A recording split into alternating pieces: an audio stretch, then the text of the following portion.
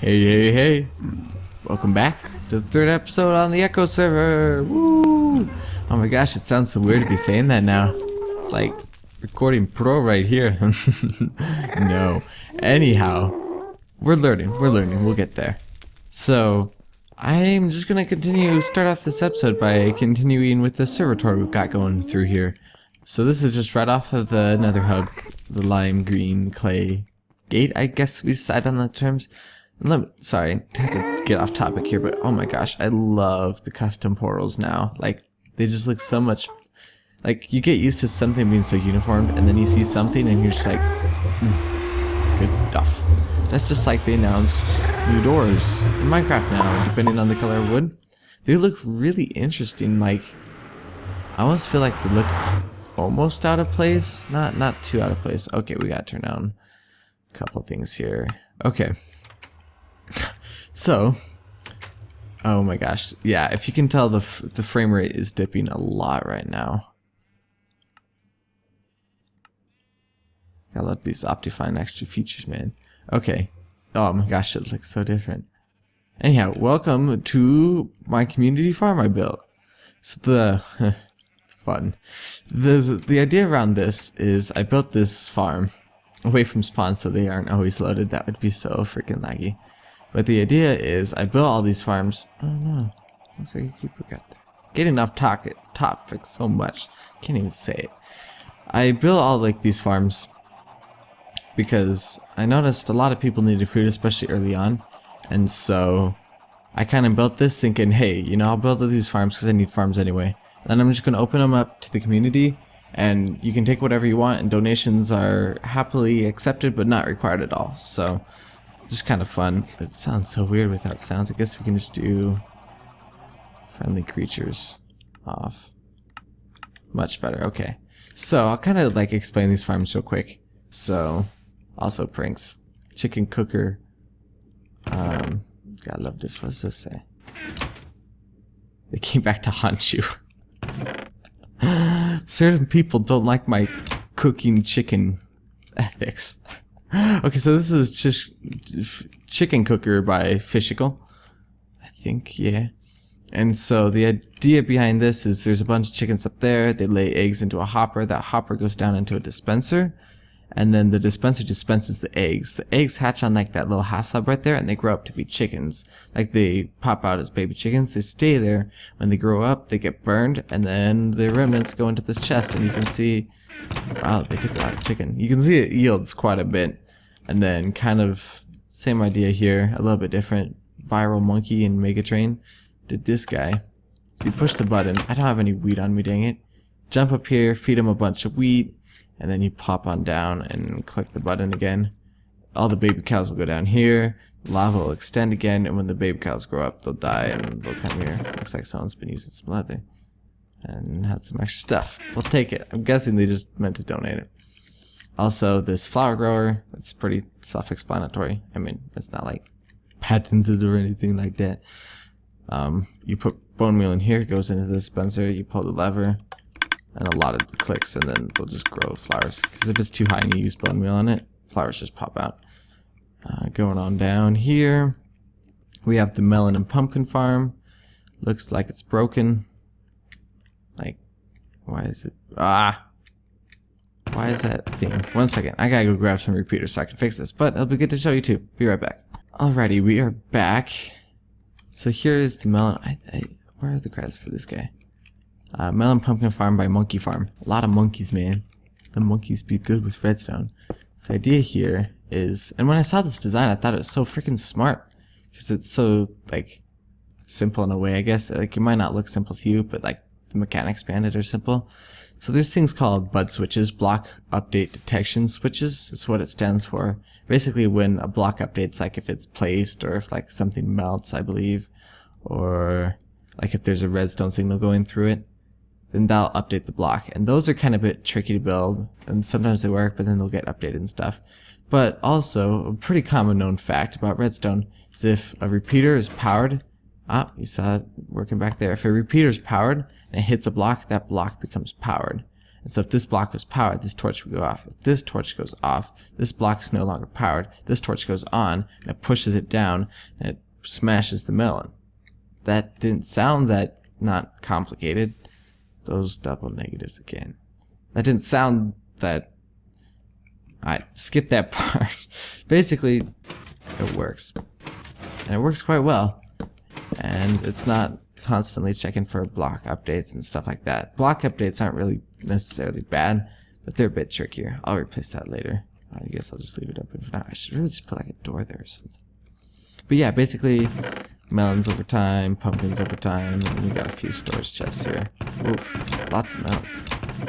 Oh, I was gonna say, do melons grow faster? No, they just freaking drop more when they're exploded, if that makes sense. And then down here, I think I've yet to build stuff. So yeah, kind of just build farms that I'm going to use anyway. And stuff like this, which really don't cause that much lag, besides the fact that blocks are loaded. I guess when they harvest, they cause maybe a little bit of lag. But beyond that, like, no lag. And so, basically, while people go here to get stuffs, then...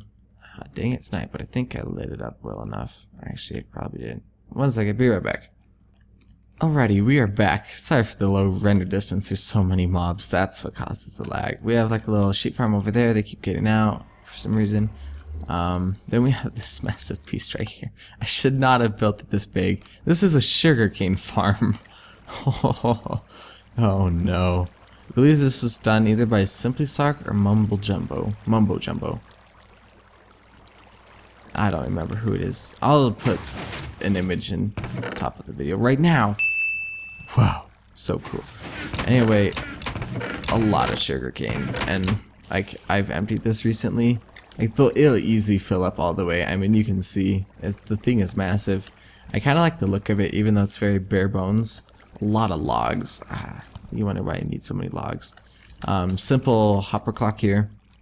Once the hoppers go all the way over here, go over here. Once it goes over there, it goes over there. And then it trigger like this whole thing, and then boom. And then like this is like a monostable circuit to make sure like the pulse doesn't last too short, too long, or something. I'm not really good at monostable circuits. Like I think it's because nobody explains them because they're so simple. But then I'm like gonna get the gist of it, and then that stuff. This is where we did the Iron Golem battle. Now that I think about it, you've already seen this part. And probably a lot of this. Dang it. And then here's the iron farm. I need to finish this before the 1.8 update. I want to add more spawning cells. But basically a lot of iron, which is really nice. So yeah, I guess we can go check detonations. I haven't checked in a really long time. So, it's not like I'm expecting a lot. Because honestly, it's just like trying to get back. And I'm using them anyway. So hey, you might as well get back where you can. Here's a map of the whole area. I believe you can see... Never mind. You used to be able to see like a sliver of the base, but I think that's before I redid the stuffs. Basically, you come down through here, and it's like nothing here, right? Secret. Boom. And that's portal and stuffs. Whoa, that's not too bad. We got cake, guys. Dang. I'll take it, and then I think of... No, that's just in case. I haven't been down here a lot. Nice. I'm happy. 43 birch, that's really nice. Awesome. I'll just trying to transport this stuff back. Oh, I guess I put down the donation chest down there. Whoops. I wonder if someone broke it on accident. And then they replaced it with just a normal one. Not that anyone like notices like the little name when you open up the chest. Maybe I just made two, let's see. Yeah. Huh. Weird. I think it's because I was gonna do a double chest, but then I realized the room was odd numbered, so it's like nope. Okay, so let me think what else we can go. I know what we can do. Let me hop over to town real quick. This is the problem. You build your whole freaking nether hub out of wood. Oh no. Uh-oh. Where'd he go? Did he just despawn? Couldn't have gone through the portal. I still hear one. Where you go, mister? Oh, there's one again. Is that the same one? There we go. Okay, also by town I meant base, so let's go check out a base. 1 second. Alrighty guys, welcome to Callie's base. Bird in the sky. Ocean. Try. Oof. More riddles, man. The riddles are real here. Okay, so welcome to Callie's base. Her base is it's like the funnest base I've ever been to, you know? So that's her barn that we just came out of with the nether portal, and then she's got a bunny statue up here, and flowers all over the place. She's the one with the flower shop at spawn. She likes them flowers, man. I just remember when we had the rose and the dandelion. We don't even have the rose. Those bushes don't count. Why? How cool would it be if you could like right click rose bushes and like take a rose off? And then like it would take one of those off, except block states and stuff, and yeah. I can dream, okay? Let me dream. So this is her little house. She loves her dogs. She got the frozen prank too. Lots of dogs. She's got mine shut down here. Overall, just a fun base, man. I really like this hut though. Nice circular design. I like the roof too. The birch with the dark oak is working really well, and the normal oak too. And the landscape around her base, ooh, it's so good, man. It's so good. Little cactus farm up here. This doesn't really extend that way, but the geometry over here, not really. I guess geometry works in this game. Kind of meant to say geography. The geography. Just said that backwards too. Dang it. So like you've got like these little tunnels. I've talked to her. She kind of wants to put like hollow them out and put like little slats through like eye level, and then put like iron golems and snow golems in there. And this overhang is just so freaking cool. I don't know, used to be snow golems then. But like I've explored this place a couple times. Like I planted all these reeds here as like a little, not really a prank, but just for funs. But like the little hidden valleys and stuff are super cool. They're awesome. Like the waterfalls, like these are all natural waterfalls and everything. Like she didn't put them here. Really cool geometry. There I go again, spewing forth words faster than flying fark. Alright, let's check out one more base and then we'll do something else. Welcome to Alyssa's base. If you can't tell already, she's got a thing about dragons and unfinished projects. Like, there's two things she's well known on the server for. I'd say it's dragons and unfinished projects, man. We kind of just joke about it so much because she's got so many projects and they're all really cool ideas and stuff. But there's so many of them. So she's actually the farthest person out from spawn. She's pretty far out. It takes a while to actually get here from the nether even, which is cool. I don't know if I've ever explained the nether dimensionary stuffs. Also, I pranked her with a bunch of these smiley faces everywhere. And I decided leaves are like the coolest pranking thing because you can either just shear them up real fast or you can burn them and they're like really less hassle. So look, there you go. Dragon, man. I really love that design. She found a video on it. So beautiful, so beautiful. Alright, let me go sleep for 1 second. Alrighty, so we're up in her house right now, and she's actually contemplating abandoning this space. Not really abandoning it, but repurposing it. She hates being so far out, and so she really doesn't store her stuff or live here. So, she's thinking about turning this into like more like a horse range type deal, and this is just a cottage. Get away from me, bro. Yeah, that's right.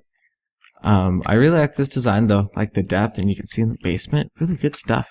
Also gotta love them smiley faces, man. Don't worry, be happy. Yeah.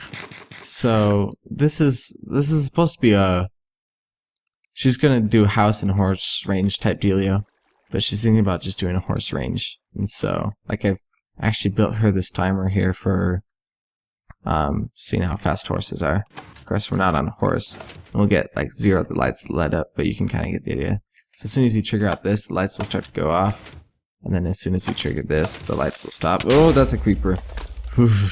Okay, we're good, we're good. So yeah, she found this place and she really liked the geography. Ha, said it right this time. And there were a bunch of horses. So, and donkeys and stuff. And mules. So, she's kind of sorting them out by how fast they are now. And so, and I'm actually gonna redo that timer because it's not as precise as needed. Like, we need it more precise basically. And so I got a design. I found a video for one that just like spits out redstone or like lets it go or something, like in like a chest or something, and then you can tell like out of like 1 to 64 like how fast is the horse or whatever. So we'll do that, and then we'll do like horse races and stuff. Should be really fun. Looks like she started cleaning up the leaves on some of these smiley faces. They're good, man. They're good. Also a lot of sheep, just kind of general camp stuff. And she's also built some stuff kind of branching off. So I'm going to go run over and see if I can find some of her stuff. Aha, I finally found it. This is good, this is good. So, it's like, I was like, oh yeah, I found it. And I was kind of thinking how I'd start out. And then I was like, I'll just say the name of the village. And I was like, Karkari. It's like, I've been watching this speedrunner called Cosmo. He recently beat the world record again for Ocarina of Time any percent. Crazy cool stuff. But he always says it like Kakariko or whatever, and I've always said it differently as a kid, so I'm just gonna call it Kakariko because that's the only thing I can remember right now. So welcome to Kakariko Graveyard. That sounds so foreign in my mouth. A little bit of a kind of a remake, I guess you could say. That's awesome. Huh, look at all that. She said she was running low on iron. I wonder if she forgot about that. But yeah, like a little recreation in Minecraft style, you know? Ooh. I've never seen that. What's up there? Alright, I gotta go check this out now. I have not actually seen this. I hope this is okay. Holy cow.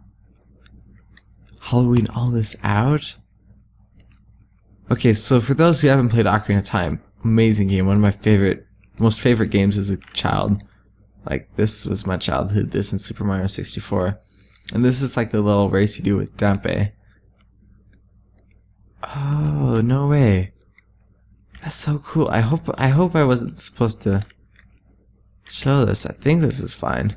Oh, that's so cool. I know what she's gonna do with it. Oh man, now I gotta go check up by the little hill behind the giant gravestone. And like the landscaping she did with this is really cool. Like I think she pulled it off. And like while it's not like super round, like it's not round in the game either. So I think it looks really good. I won't change it at all. Let's see. Oh, okay. I just thought it looked like, oh, that's so cool. You could put some black wool right there and none would be the wiser. Oh man, so cool. Alright. I still have to think of something fun we can do this episode. And I'm not quite sure where we are on time-wise, so I will be right back with hopefully a super fun adventure time. Woo! Alright everybody, I think it'd be fun to end the episode with a little bit of spawn building, but first we've got to explain the spawn. So the initial idea was we're going to split the spawn into 2 different sections. Did I lose my skin? I lost my skin, dang it. The idea is we're going to split the spawn into 2 different sections here. The first, so here's the divider line right here, ends within crafting table shop. We'll kind of swerve this way and end at this shop here. The idea is this half, minus the museum and death games, which I just now noticed we should have put on that side, is the commercial stuff that has to deal with like economics, like shops and like, I guess you could do like rental places, like the Builder Guild is a good example of a economic, community type deal that isn't necessarily a pure shop. And so this is all commercial economic stuff. On this side it's still per se commercial but not economic, meaning like town hall or like little gardens, or what we're going to be building today is a I guess you could say like I guess just an inn. How boring is that? No, it'll be awesome. Basically a place where you can come and sleep when we need to sleep and all that good stuff. But first I wanted to talk about building a little bit, and keep in mind I'm by no means an amazing builder. Like one of the things I have to do to get my builds to look pretty good is I do a lot of planning in advance, which is not per se a bad thing, but it's just something I need to do. So without further ado, here's my little building 101, even though that's totally not what it is. Here we go. Alright, so in my opinion there's kind of 2 categories of things that you need to focus on to make your house look good. And I guess I don't know really how to categorize these two categories. I guess I'll start off with the one I know. The first one is structure, and more specifically what I think I want to focus on today is depth. Depth in builds is super important. A couple examples here at spawn, good examples of depth would, and obviously this is all personal preference, and I'm by no means an expert at such things, so just keep that in mind again. A good example of depth, in my opinion, is per se my shop. Not the perfect example, because I mean we've obviously got corners, but the look I went for, I think I pulled it off with the depth we want. For example, we've got the first layer depth would be this gray section that comes out here, and then it carves into this next layer of snow, and this next layer of orange clay, and then it comes out more here. And you're just playing with variety, I think, is one of the key importance. So for example, I have this house right here. Pretty standard house, besides the fact that it's super small, and the only thing you won't fit inside there is a bed. And so, for example, this house has no depth. It's all flat. It's so flat. So, with a little bit of extra depth touches, I'm going to just add only on the roof. Just add a couple stairs here. That's the wrong way, silly stair. Add a couple right here. Basically, you're trying to make it pop, so to speak. Just like my mic used to, until I got a pop filter. Woo! Alright, so you can see, besides the fact that it looks hilarious now because it's way too big of a roof for this small of a house. I mean, even if we just take off this little piece just to look at it, with a little bit of depth, it can go a long ways. Like, you're just trying to make it pop, basically, and add variance to your build. So example, this build, we kind of have like this wall running, this white wool right here kind of running across. But then we pop it out with these windows, and we pop it out even more with these supports, and the circle domed roof has already got a ton of depth, and then the window plants have depth, and then it curves in and then pops out, and the supports are going out. I mean, it's just, you're messing with variance and structural design, I guess. The second category would be, I have no good word for this, so I guess I'll just use the two words that come to mind, is color and texture. Color being, do the colors work together? Does this red and white work with this brown and with this brown? Yes, it does. Well, obviously, again, it's opinion, but I mean, I think the general acceptance would be like, you know, this color scheme works. Another thing under color would be like, is it all the same color? And right now it's looking pretty drab, but we're definitely going to do some things both with depth and color to fix that. And then also under this would be textures. How to explain textures. Each of these objects has a texture. Without the texture, you would just have a material, and with the material you can, at least in Unity, you can only basically have like a flat color, and you can mess with shaders and stuff, but the texture is what gives it the little different color variances and stuff, the actual look of the block, so to speak, beyond a single color. And so with this, you gotta mix like the smooths and the roughs and stuff like this. So like a good example would be Dallon's Pawn Shop, both with depth and color and texture, I guess. We should find a word that encapsulates color and texture.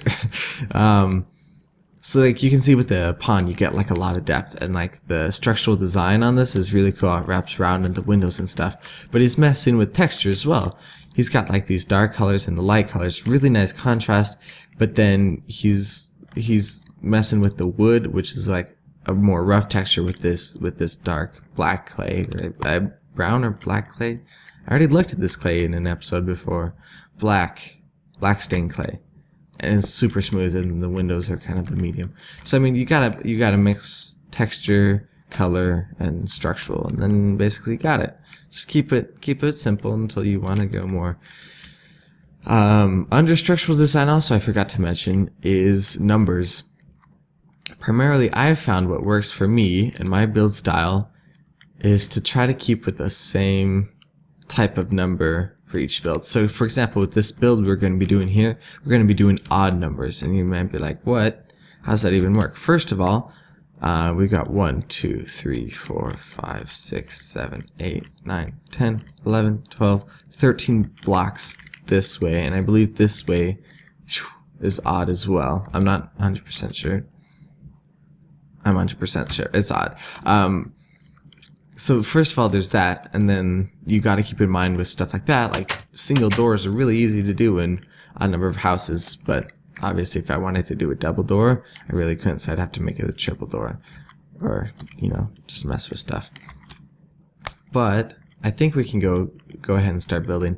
I'm gonna build the general wall 6 blocks high, and you might be like, whoa, whoa, whoa, whoa, whoa. You just said that you should stick with the same either even or odd numbers, and frickin' yeah, you're right, you caught me. But sometimes you gotta make changes, to sacrifices, gives and takes, so to speak, to get your building looking good.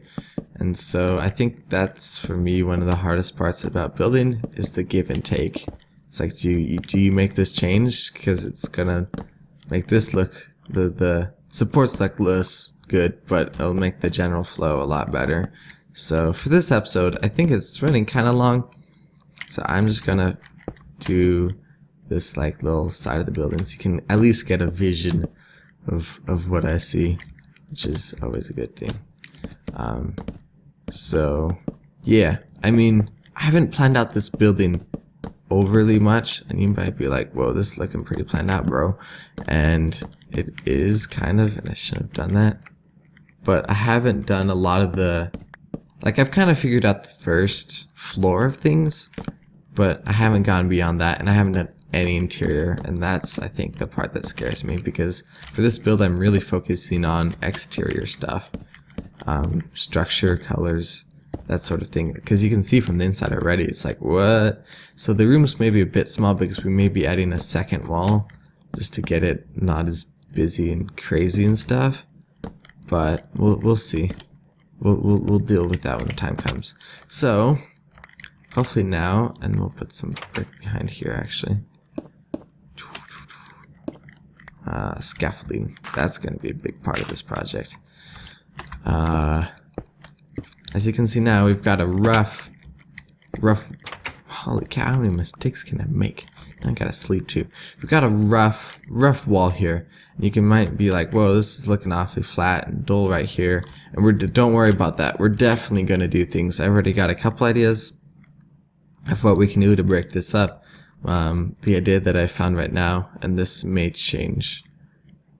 We gotta find the middle here. So the nice thing about even stuff is you can find middles. Is this not 6 tall? 1, 2, 3. 1, 2, 3. That is 6 tall. I'm trying to remember how I had it now. I think it is one more up. Like so. That makes no sense to me. 1 second. Sorry about that. I had a really confusing moment there for a second. Yeah, so obviously with these even walls, we're going to build like these 3 high lantern type deals right here. And I'm going to also try to do some window stuff and what do you call those things? Like with the awning and then the little planter box type deal that's built into the window seal, I guess. And then we'll put like redstone lamps right there, so it'll be lit up and nice. So we're again mixing color, depth, and texture here, which is always a good thing. Now, something I like to play with depth-wise is merging stuff.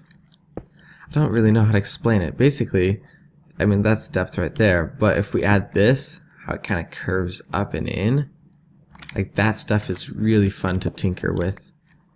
Like you can get pretty crazy. Also, another thing that I found that I liked here, I'm gonna have so many like little dirt pillars here, because so many of the blocks are like positional based placing stuff. Let me see here. What I found I like here is if I can do that, break that block right there, come down a little bit.